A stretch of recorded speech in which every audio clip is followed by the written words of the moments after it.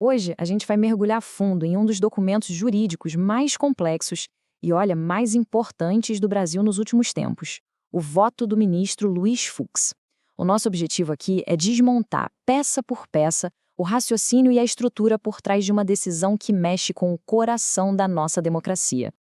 E tudo começa, na verdade, com essa pergunta central. Uma pergunta que pairou sobre todo o julgamento. Definir um crime contra o próprio Estado mostra o tamanho do que estava em jogo. Mas, afinal, o que a lei, preto no branco, diz sobre isso? Para a gente decifrar essa questão, vamos seguir este roteiro. Primeiro, entender o contexto, como um grande teste para o sistema.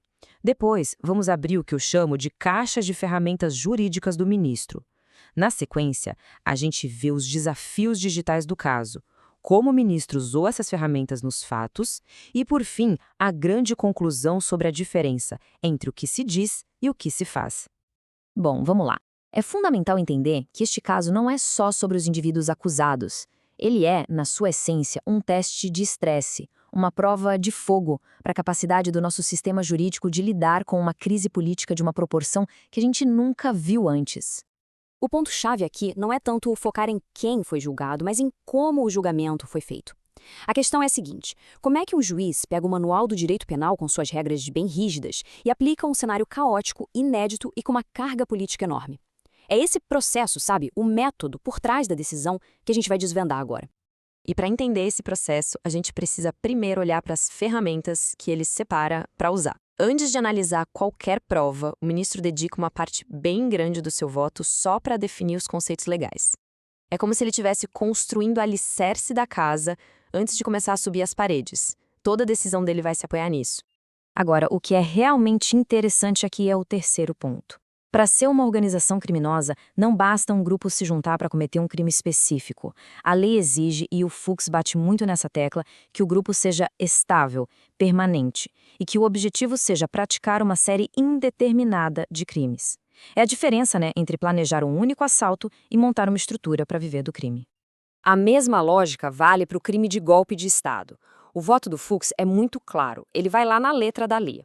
Não se trata só de discutir, planejar ou querer um golpe. A lei exige uma tentativa concreta, um ato que comece a depor o governo, e esse ato precisa obrigatoriamente envolver violência ou uma ameaça muito grave. Sem isso, do ponto de vista estritamente legal, que é o que ele adota, não existe o crime. E isso nos leva à ferramenta talvez mais crucial de todas, a distinção clássica do direito penal. O voto se aprofunda muito nisso. Uma coisa é se preparar para um crime, o que a lei chama de atos preparatórios. Outra coisa, bem diferente, é começar a executá-lo. Discutir um plano, redigir uma minuta, tudo isso para Fux fica no campo da preparação, que não é punível. O crime só começa de verdade quando alguém dá o primeiro passo concreto para realizar o plano, o chamado ato de execução. Essa linha é o filtro principal que ele vai usar para analisar todas as evidências. Vamos passar agora para como isso se desenrola na prática, porque o caso não foi só complexo na teoria, ele apresentou desafios práticos gigantescos, bem típicos da era digital, em especial a quantidade de dados e uma peça-chave, uma delação premiada. Para ter uma dimensão do desafio, pense em 70 terabytes de dados.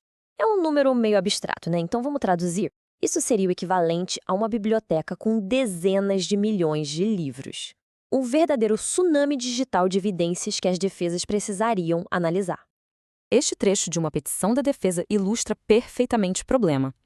A defesa argumentou que receber essa montanha de dados desorganizados, o chamado data dump, violava o direito fundamental de saber exatamente do que estavam sendo acusados e de poder revisar as provas. É um desafio bem moderno para o sistema de justiça. Outro ponto de enorme tensão foi a delação de Mauro Cid, a espinha dorsal da acusação. As defesas tentaram invalidá-la, alegando que foi coagida.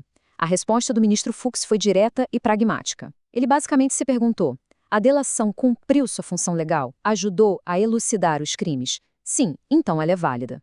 Para ele, o resultado prático da delação superou as controvérsias sobre a sua origem.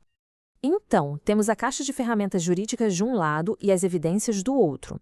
Agora vem a parte central do voto, um momento em que o ministro pega cada princípio que ele definiu e o aplica como se fosse um molde sobre as acusações específicas contra os réus. E esta tabela mostra a aplicação daquele filtro na prática. Para Almir Garnier, acusado de oferecer tropas, Fuchs pergunta: isso foi preparação ou execução? Resposta: preparação. A disposição para agir não é o ato em si. Para Jair Bolsonaro, que discutiu uma minuta, a mesma pergunta. Resposta: preparação. E o voto ainda destaca que as provas indicam que ele, no fim, bloqueou o plano. E para Anderson Torres, com a minuta em casa, preparação. A posse de um documento, por mais grave que seja seu conteúdo, não é o ato de iniciar um golpe. A lógica é aplicada de forma bem consistente. Então, o ponto crucial é este. O padrão se repete o tempo todo ao longo do voto. A análise para cada réu passa pelo mesmo filtro rigoroso. O ato em questão ultrapassou a fronteira da preparação para execução? Se a resposta for não, segundo a interpretação da lei adotada por Fuchs, não há crime de tentativa de golpe. Chegamos então ao fundamento filosófico do voto. A decisão de Fuchs, na sua essência, é sobre onde o sistema de justiça criminal deve traçar a linha entre o pensamento e a ação, entre a palavra e o ato. E esta citação do próprio voto encapsula tudo. Para ele, o papel do juiz não é ceder o clamor público, mas aplicar a lei com rigor técnico. E isso significa que, no direito penal, a dúvida sempre favorece o réu. A responsabilidade de provar, para além de qualquer dúvida razoável, que a linha da execução foi cruzada inteiramente da acusação. No final, a análise deste voto nos deixa com uma questão ainda maior, que transcende este caso específico. Em tempos de extrema polarização, como o sistema de justiça pode e deve diferenciar a retórica política, mesmo que dura ou radical, de uma tentativa criminosa de subverter a ordem? A resposta, como este caso demonstra, está nos detalhes da lei, mas a pergunta continua a desafiar democracias em todo o mundo.